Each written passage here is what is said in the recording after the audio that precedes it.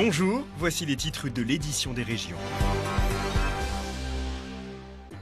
Dans moins d'une minute, l'édition des rédactions régionales de France 3 reviendra sur les intempéries de ces dernières heures qui ont coûté la vie à 2 personnes dans le sud de la France. En Ardèche, c'est une vraie tornade qui a balayé une partie du département, provoquant d'importants dégâts, en grande partie dans des campings. 5 départements sont toujours placés en alerte orange par Météo France. Le point à partir de midi. Également dans l'édition des régions, cette cohabitation difficile en Camargue entre les riziculteurs et les flamants roses. Les échassiers sont responsables d'importants dégâts dans les rizières où ils viennent se nourrir de crevettes et de crustacés. Certains producteurs demandent aujourd'hui des autorisations de tir. Enfin, juste après l'édition des régions, s'enchaînera l'édition des initiatives, un journal pour saluer les belles idées les plus originales, à l'image de ces sentiers pédestres dans le Loir-et-Cher. Ici, les promeneurs sont invités à se balader sans chaussures ni chaussettes. Il est midi, bienvenue, c'est l'édition des régions.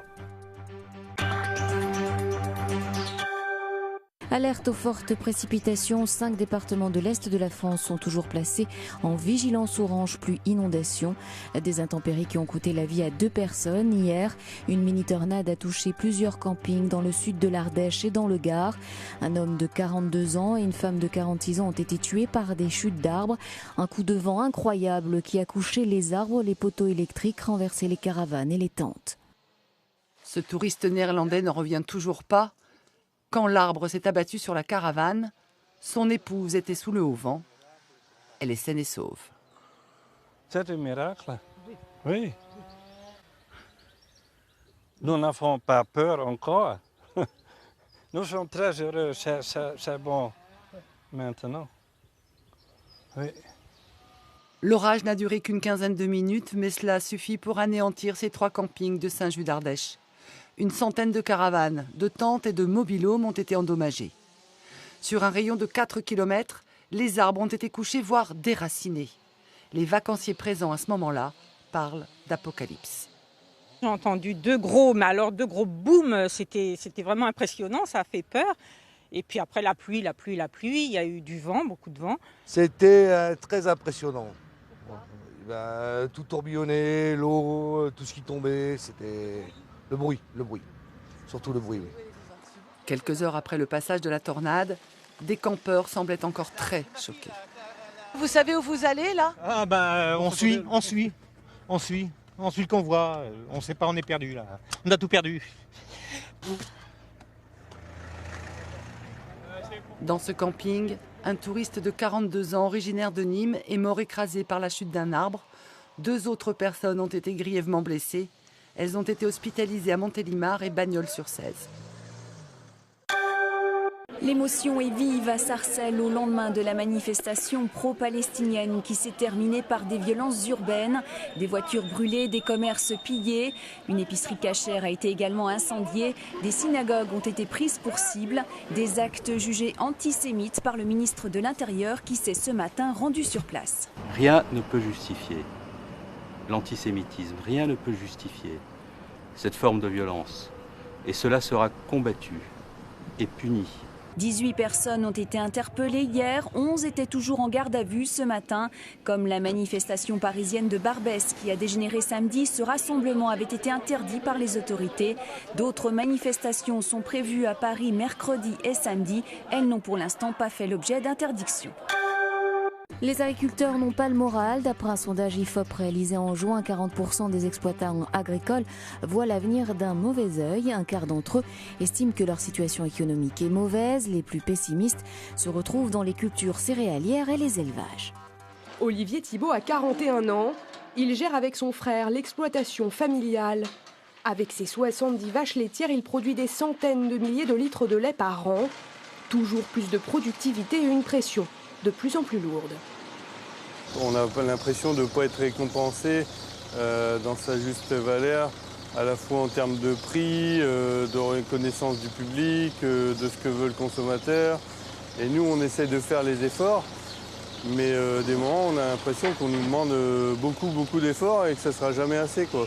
Chaque jour, il travaille près de 11 heures à la ferme et une partie ici, au milieu des fichiers à remplir, des nouvelles réglementations à respecter. Il y a toutes les déclarations de PAC, là, tous les papiers. Avec la nouvelle politique agricole commune, Olivier Thibault va perdre près de la moitié des aides européennes qu'il percevait et qui représentaient 10% de son chiffre d'affaires.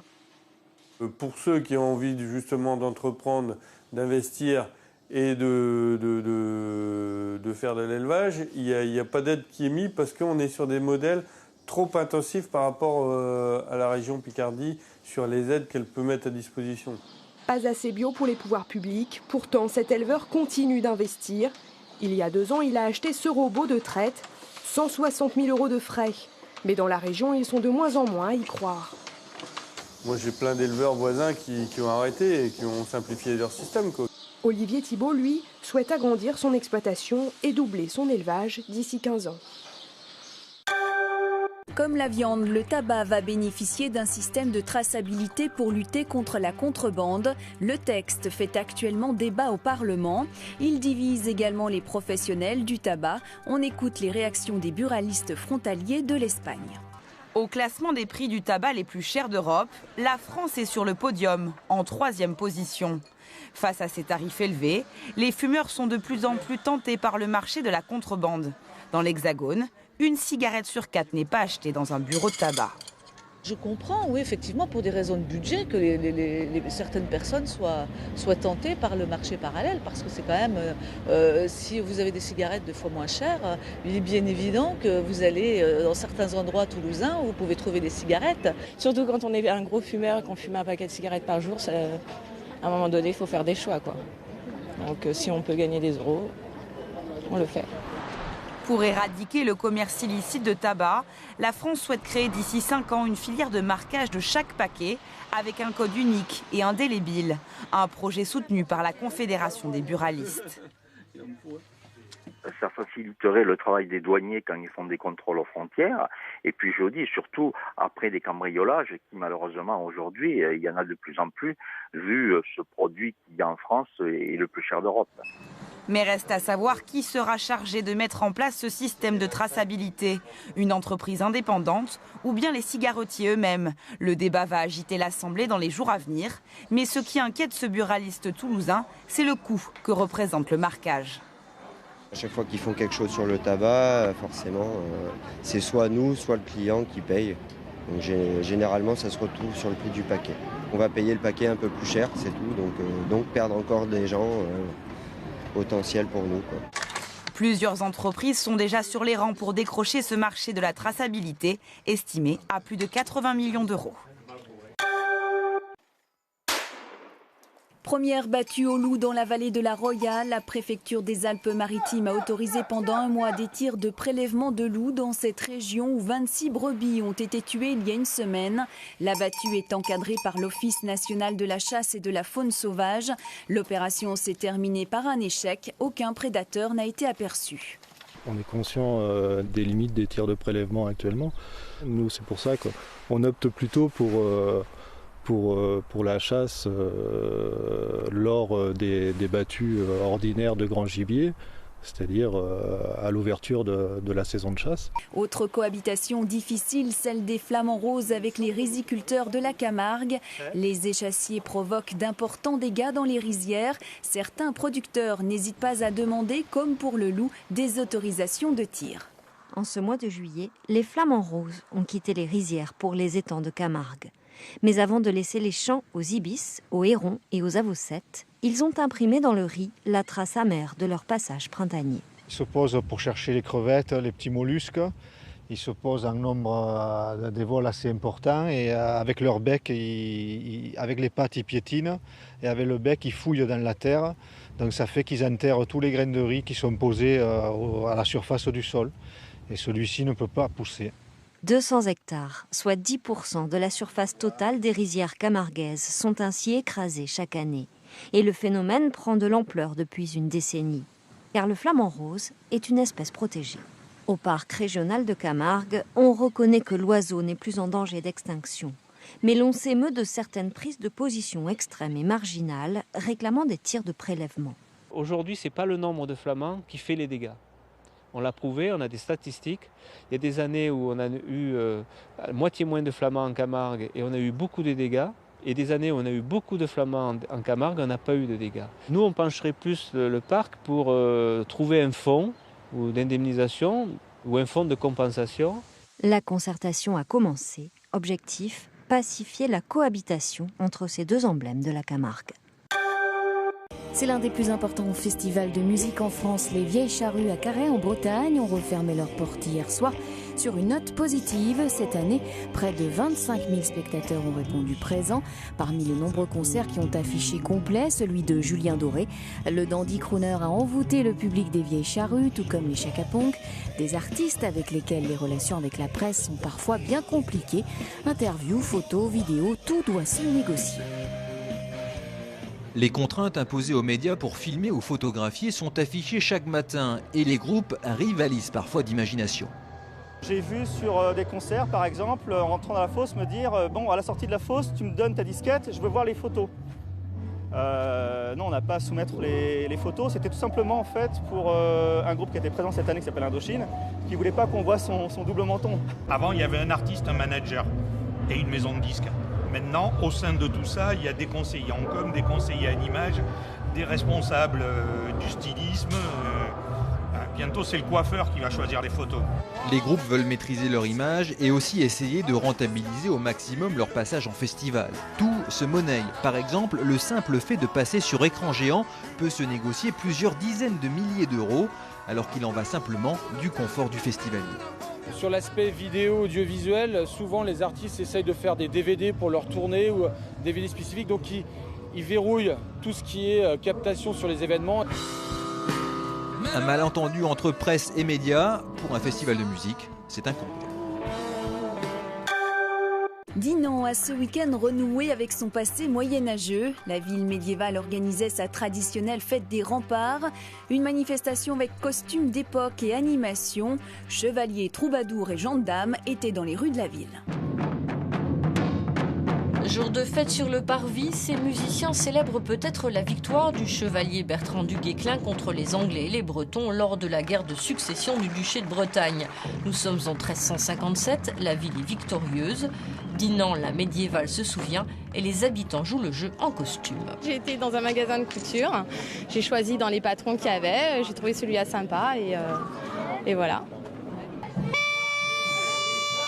Ménestrels, marchands et badauds affluent pour les festivités. On vient de loin, à pied ou en monture, et même de forêts lointaines comme ces êtres étranges. Moitié faune, moitié elfe. Notre mère était une elfe, d'où les oreilles d'elfe. Notre père un faune. Alors maman avait la jambe bien légère.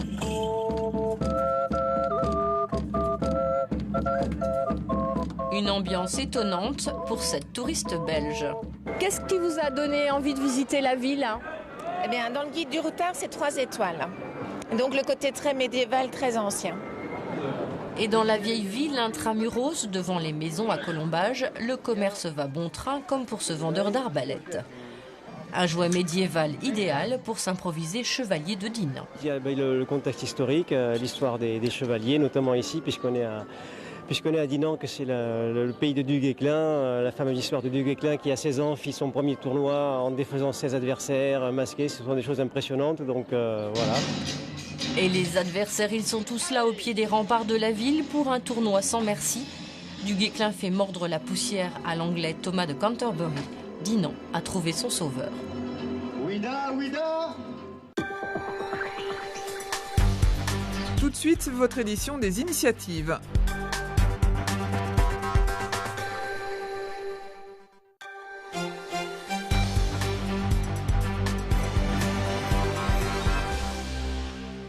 Dans un instant, nous partirons libérer nos pieds dans le Loir-et-Cher sur près d'1 kilomètre.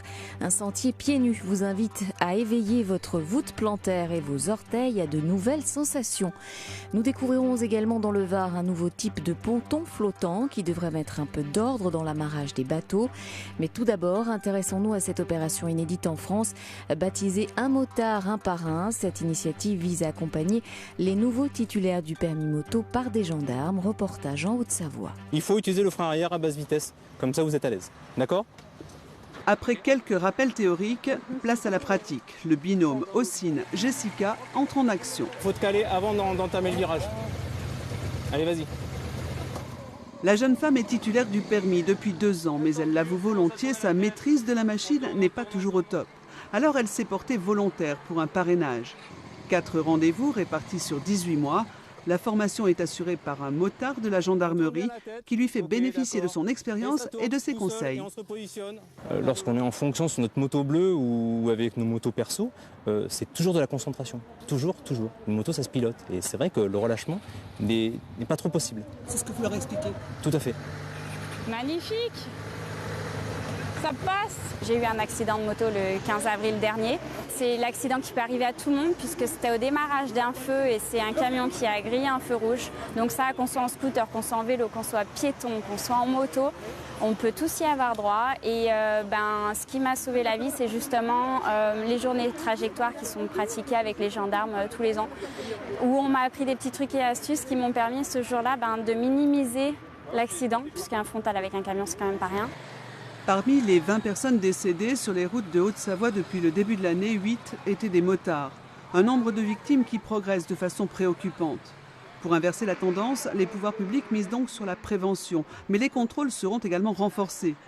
3 motos banalisées circulent aujourd'hui dans le département, des gendarmes en civil. Et c'est la nouveauté cet été, une nouvelle affectée à la police sur la ville d'Annecy.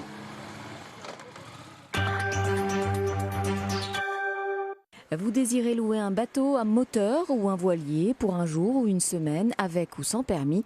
Tout cela est désormais possible sur Internet. Comme dans l'immobilier, une jeune start-up propose un système de location entre particuliers. Une idée que l'on doit à un Marseillais en 6 mois. Son concept a séduit 500 propriétaires de bateaux. Au-delà de la location quotidienne, les utilisateurs du site peuvent également choisir la co-navigation s'ils ne possèdent pas le permis bateau. Autre petite révolution dans le domaine de la navigation, un ponton d'amarrage hors port pourrait bientôt fleurir le long de nos côtes. 16 bateaux peuvent être amarrés sur cette structure de 500 mètres carrés, censée onduler au gré de la houle, une invention que l'on doit à une société niçoise. Il est le fruit d'une entreprise française basée à Sophia Antipolis. Un ponton intelligent qui répond aux contraintes liées à la protection des fonds marins le long du littoral méditerranéen. C'est une plateforme qui peut accueillir 16 bateaux. Le système de fonctionnement, vous avez une croix d'ancrage en bas au fond qui est ancrée par des ancres à vis adaptées en fonction du fond, une articulation, un mât avec de la flottaison et un double cardan qui permet de reprendre l'amplitude de la houle et la période également de la houle. 5 ans d'études ont été nécessaires pour appliquer ici le théorème d'Archimède sur une structure entièrement démontable et facile à assembler. On met d'abord en place le mât et ensuite on met le cœur de la plateforme de Water Lily et ensuite on met les pontons. Son point d'ancrage, situé par GPS, est répertorié. L'amarrage s'effectue ici comme sur un ponton classique, un confort pour les plaisanciers. Le concept est très pratique pour nous, ça nous évite surtout de mouiller l'ancre. On n'a ni plus ni moins qu'à s'amarrer avec nos amarres, les cordes. Plusieurs pays comme la Croatie, la Turquie ou encore l'Italie sont intéressés par cette invention, mais ses concepteurs souhaitent privilégier la France. Ce qui manque maintenant, c'est que les élus prennent des décisions et légifèrent pour pouvoir imposer ces sites de mouillage, couplés avec d'autres bien évidemment, comme les bouées, et ne plus mouiller à l'encre. Un seul ponton évite l'installation de 16 mouillages à la bouée ou, pire encore, celui à l'encre. Un sentier pédestre invite les promeneurs à se balader sans chaussures ni chaussettes. Sur ce parcours insolite, une trentaine de matières comme le bois, la pierre ou encore l'argile vous invitent à stimuler votre voûte plantaire. Alors ensuite, on a amassé la voûte plantaire. Parce qu'ils sont trop souvent enfermés, ici on a choisi de libérer ces pieds. Cette séance de massage a pour but de les rendre plus réceptifs à tout ce qu'ils vont bientôt fouler. On va creuser le sol avec les doigts de pied. Parfait. Bon, je crois que là, vous êtes fin prêt pour affronter le sentier pieds nus. Vous allez pouvoir y aller. Sur près d'1 kilomètre, voûtes plantaires et orteils s'éveillent à de nouvelles sensations. Oh, c'est super doux là. Celle du bois, brut et irrégulier. De l'herbe encore mouillée par la rosée, mais aussi celle de matières moins naturelles, comme le plastique. En tout, une trentaine de textures, plus différentes les unes que les autres. C'est agréable ça, Dylan? Ça fait super mal. Ah bon? Oui, oui, oui. C'est agréable, il y a beaucoup de matières différentes, ça permet de découvrir ce que ressent le pied. Et ça aurait été bien parce qu'on est en plein air et en plus quand on marche sur par exemple ça, on récupère de l'énergie. Marcher pieds nus n'est pas seulement ludique. Une réflexologue plantaire a imaginé l'alternance des matières de ce sentier dans le but de stimuler des zones très précises. On aurait dans notre pied 7000 terminaisons nerveuses et chaque terminaison nerveuse correspond à différents points et différents organes de notre corps. En stimulant ces points très précis, parce que c'est vraiment très précis, ça aurait des bienfaits sur le corps. J'ai l'impression là que j'ai 1000 petites mains qui m'ont massé les pieds. Ça me fait un petit peu cette sensation de légèreté, je dirais. Si le concept des sentiers pieds nus est né en Allemagne dans les années 90, en France, il en existe une vingtaine seulement. Le 12-13 continue avec l'édition nationale.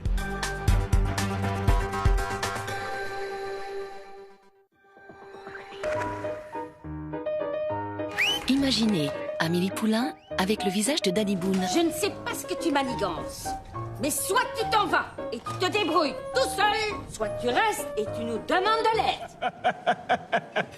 Imaginez que son fabuleux destin soit surtout une fabuleuse histoire d'amitié. Imaginez que tous ceux qui l'entourent fassent tout pour que ses rêves se réalisent. N'imaginez plus, ce soir à 20h45, c'est le nouveau tour de magie de Jean-Pierre Jeunet sur France 3.